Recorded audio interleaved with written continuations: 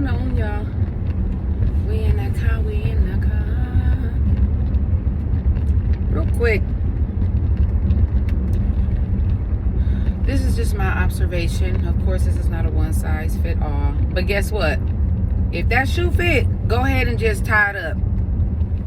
You ain't even gotta wear it, just tie it up, because everybody got on the shoe. Now, whether you tie it up or not, I don't know. I can't control that. But I learned that when I talk to people and what have you, I realize that it appears to be, and again, it's not one size fit all, that people, I probably should have took this jacket off while I was driving so it don't get wrinkled, but whatever. Mobile what? People run away and are scared of accountability because I'm trying to get this camera together, sorry y'all. Because the fear of vulnerability.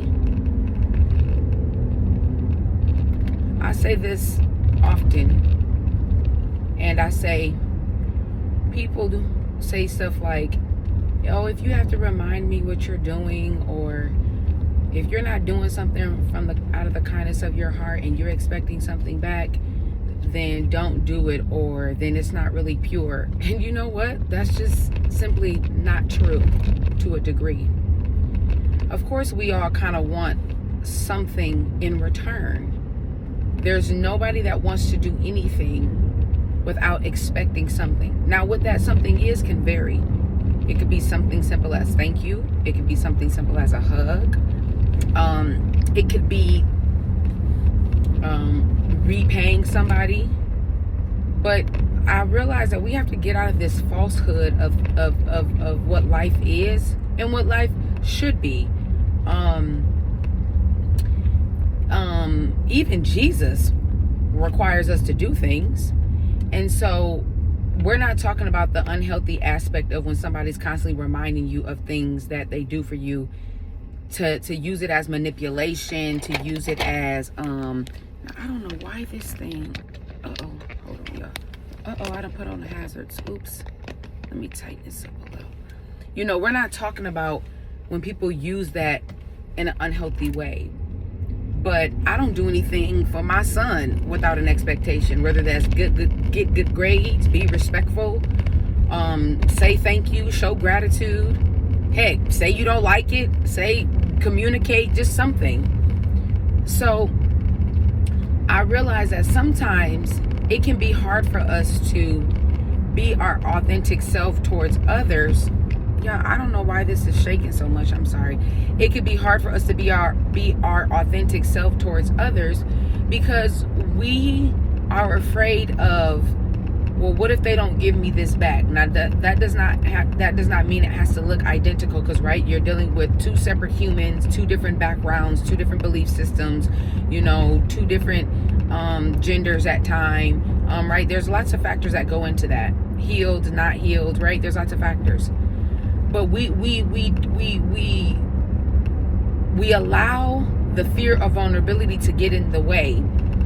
So therefore, there could be times where you can be clicking on all cylinders, like, yeah, I don't mind being there for people when things are hard or when they're working through something, and I'm this kind of friend, I'm this kind of person, Yeah, that all sounds good.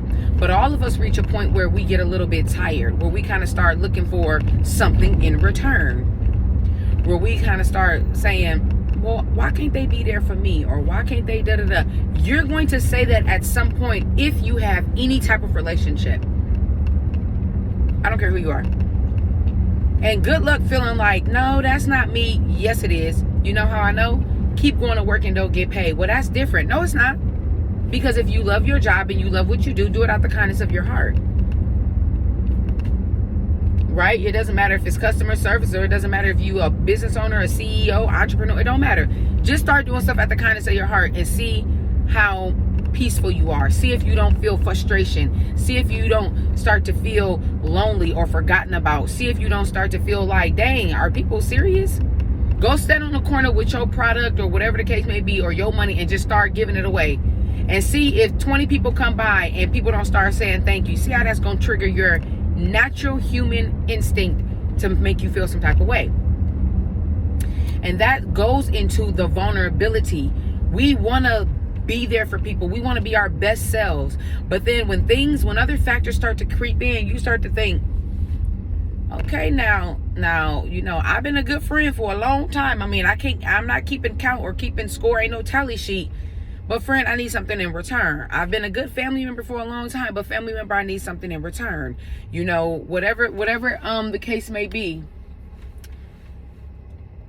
And so the reason why I'm bringing this up is because both can be true and valid. You definitely should do things out of the kindness of your heart, right? From a pure place with no strings attached, okay?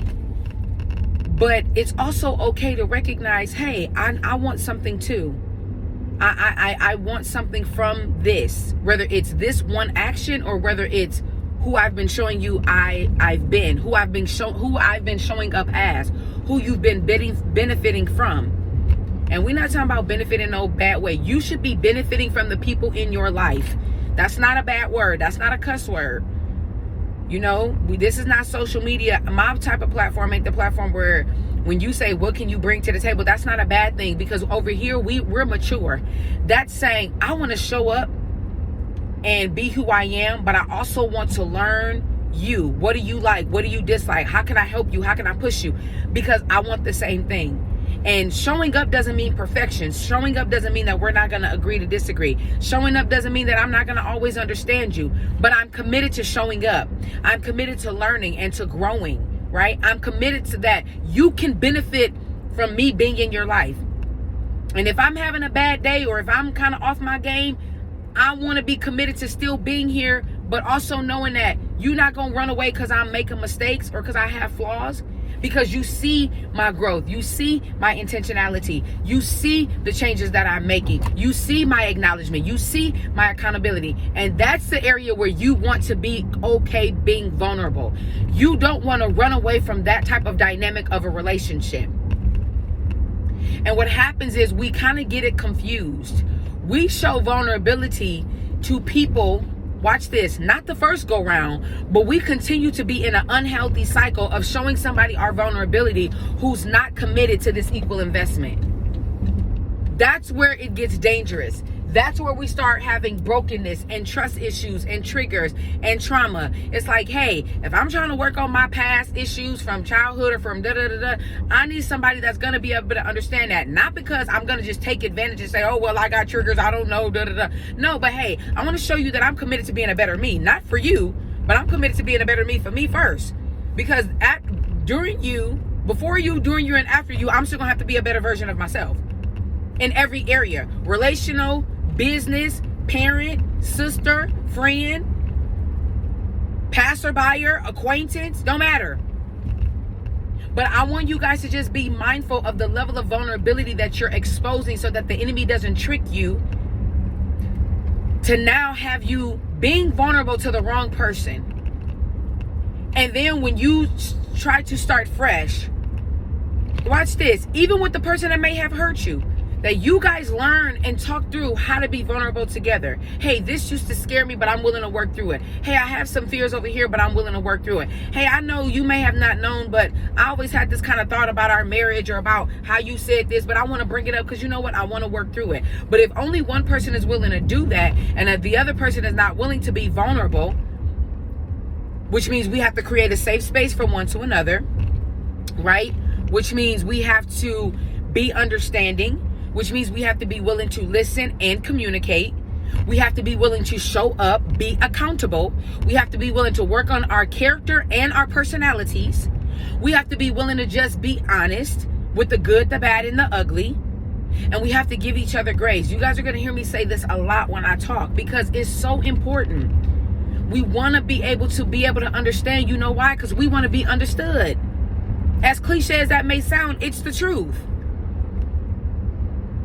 We want to be able to, we don't want to run away from problems, tests, and trials and issues with whoever's the receiver or whoever's the giver. We want to be able to say, how can we deal with this? Okay, that wasn't the best way to communicate. We need a moment. Let's take a break. But hey, I don't want to leave this break. I know it may be a little hard, but let's hug. I remember growing up, when me and my sister used to get into it, my mom would make us hug each other. She would be like, hug your sister. And we would, and she would be like, hug your sister the right way. And we would have to smile. Say, I love you. Love you. I couldn't hear you. Love you. She would make us fight through those emotions. And I realize now, not right now, presently, but I realize over time, that's so important. How many of us just lead with emotion? Well, I'm too mad. It's okay to leave a debate or leave, something that you and someone else misunderstood based on a relationship. You may do it with a handshake. You may lead the conversation with a positive affirmation or words of encouragement to one another. Hey, this ain't no abandonment. This ain't none of that. I'm here, but I don't want to respond the right way. Or, hey, give me a hug. I know we ain't on the same page. And I even acknowledge you not in no huggy type of mood, no touchy-feely type of mood. But if we practice these things, it's going to get easier. The apologies will get easier. You won't feel like I'm understanding you from an attacking position. You'll feel like, oh, we just misunderstanding each other right now. But this don't mean I hate you. This don't mean I'm angry. This don't mean I'm ready to give up. This don't mean I don't see your efforts. This don't mean you don't see mine. We in this thing together. We in this thing. You understand me?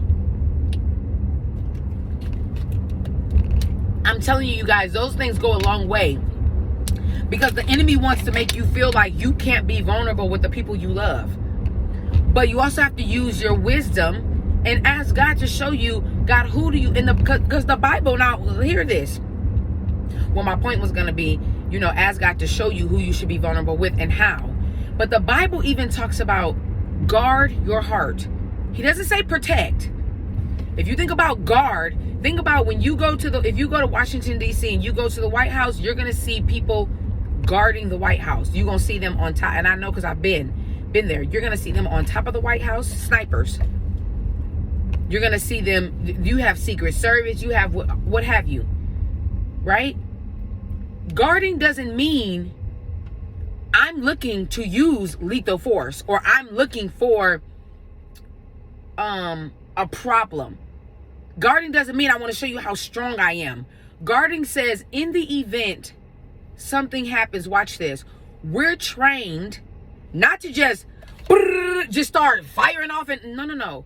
We're trained to be able to assess the situation so we can respond accordingly.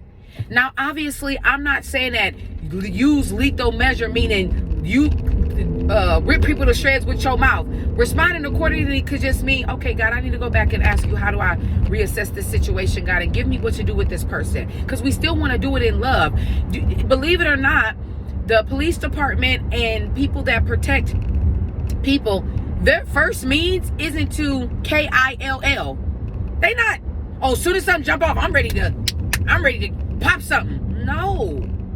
They are actually trained to try to de-escalate the situation first. Now, granted, I know what y'all gonna say. Well, they ain't doing that. I get it, especially with the police department. I understand that, but we're not talking about that. So they're trained mentally first, emotionally first. They're getting thrown all type of scenarios. You know how I know? Because when they're protecting something, they're typically in public. So you can't just you can't be sitting on top of the White House and see it's a threat and start firing off, because the White House is considered a monument. It's a tourist attraction. You have so many innocent bystanders. You can't just start busting. You can't do that. So you see how well trained they have to be for every situation that causes them and everything and everybody around them to be vulnerable. They can't be reckless.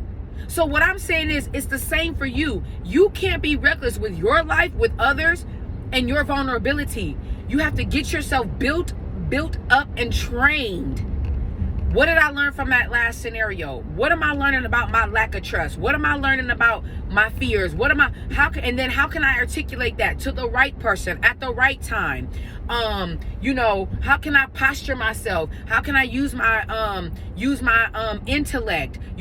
Even being vulnerable and just being able to be able to dialogue. Hey, I'm not sure how to articulate this correctly, but I'm gonna do the best I can. And watch this. I'm gonna be open. Maybe you can help me. Are you seeing something something that maybe I can change, I can alter? Do you notice something about me? That matters. And it helps you become more secure in being vulnerable. It helps build up your trust. It helps build up your faith, even from a spiritual perspective. Okay, God, this is where I'm at. And some of us need to work on our vulnerability in the presence of God, and we'll see that translate here on earth. You don't always have to be on the defensive and on the attack and on the fear and on the, I don't know, hey, I don't trust people. You don't always have to be that way. But the Bible says guard your heart. Because what he's saying is, I'm pretty sure I completely understand that I'm not telling you to just be out here willy-nilly now. Come on, we got to use a little wisdom, because there are some people that's not ready and mature, and they going to try to take advantage of you, take advantage of your good areas, take advantage of your bad, your weaknesses, your strengths, your money, your mental state, all of that. He's aware. He's aware everybody ain't born saved, and even if you are saved, we still make mistakes. So he's saying that to keep you, to help you understand, hey, treat who you are, not just your literal heart.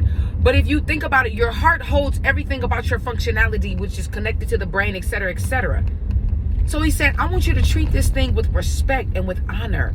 Don't just let everybody in. Don't just let everybody run out. Be able to deal with the secrets. Be able to deal with the hard things. But treat it like a delicate infant. Because that's how I see you. You're my precious son, daughter, etc. And so he also talks about putting on the full armor. You know why I like that one as well? Because when you put on the full armor, he's not saying that because, oh, you need to be prepared because when you go to battle, no, it's a means of protecting the vulnerable side of you from a physical aspect. Your head, your skin, your heart, your lung. Not because I can't trust who you are, but sometimes we have to be careful of, we have to be careful of our traumas and our triggers. Sometimes we so traumatized and we so triggered, we desperate to connect with people, have relationships, have love. So now we just taking everything, and God is saying, wait a minute, I told you to guard your heart and put on the full armor of God. The full armor can be literal in the sense of certain ways of protecting, but you know how I like to look at it? The full armor of God is letting him guide you. He's your protector. He's standing in front of your heart, your mind, your emotions, your feelings, your actions. He's the protector. He's saying, wait a minute, I got you. That's too close. Wait a minute. They trying to take advantage. I'm trying to let your spidey senses go off. I'm trying to let your gift of discernment be loud. No. Wait a minute. They're being sincere. They're ready to change. They're ready to alter. Hey, I don't want you to completely cut them off. Just regroup. Go into prayer. Let me deal with it. Let me deal with them. I don't need you to deal with them. I need you to just pray and stand. No, that doesn't mean you being dumb. That doesn't mean you don't know no better. That don't mean you being goofy. No. I want you to now see their fruit, see their heart. Let me speak to you. Let me give you a sign. Let him be your full armor. Why? Because the Bible talks about sending people out by twos. The Bible talks about he doesn't have a desire that no man should be alone. That's not marriage. So what I'm saying is, I also know a lot of people that vulnerability is connected to human being and connections. We don't know how to be vulnerable, which means we can't have an authentic connection with somebody that is for us, and we're going in with all of these barriers. And he's saying, that's not what I desire for you. I send you out by twos because twos is better than one. One can chase 1,000, but two can chase 10,000. That doesn't just mean just for kingdom. It means, and then he also talks about there's safety in counsel. Meaning, hey, all of that is suggested that somebody else is around or somebody else is included in human form. Not making your kids responsible for your trauma because they see you going through and you crying to them and you no. That means, wait a minute, am I getting rid of the right people and keeping around the wrong people? God, is it something that I need to be doing? Something I need to be working on? God, could you help me? Could you show me? God, allow me to be vulnerable from a healthy place. God, you be my armor. You be my protector. You be my guider. God, you tell me what it is you think I should be doing, how it is you think I should be doing. Because God, I don't desire to be vulnerable in fear. I desire to be vulnerable in peace. I desire to be vulnerable with a healthy outcome. I desire to be vulnerable with an equal investment. I desire to be vulnerable with something coming in return. Even in my relationship with you, God, allow me to be vulnerable so my fears is not louder than what you say and your word and your comfort. That when I'm crying, God, even though I'm physically drying my tears, I feel your peace come over me. Let me be vulnerable in your presence with the good and the bad, the ugly and the secrets and the skeleton. The secrets in the closet and the skeletons. Okay? So, have a balance. Check your vulnerability. Don't let the devil finesse you out of something that God wants you to have in the form of a human. Don't be so afraid of connections and being open, but use wisdom on how you form your connections or how you reform a connection, meaning a restoration of a broken relationship of any form. And also be wise that it does take two. That's true. It does take two to tango. Now, that doesn't mean the two to tango isn't literally doing the same thing, but it does take two to let's go step by step. Maybe we starting off with a conversation. But let's both be making progress. And if I'm not making progress, or if I am making progress and I reach a roadblock, I trust that God will show you my heart and God will say, it's just a roadblock. Because guess what? You going to have a roadblock too. And God's going to have to speak to me to say, it's just a roadblock. That's not him. That's not the fruit. That's just a moment. Separate the two. Separate the two between the fruit of a person and a moment. Because the Bible talks about that. You can know those that labor among you. Because if I know you, I can be able to tell the difference between your heart and intent. I can tell the difference between your heart and intent. Wait a minute. I know this ain't really your heart. This is just a moment. Or wait a minute. That was an intent. You did that deliberately. Now we got to have a different conversation. Or a conversation. Is this making sense? All right, y'all. I hope y'all having a good one. Y'all know what it is. I love y'all. We can talk some.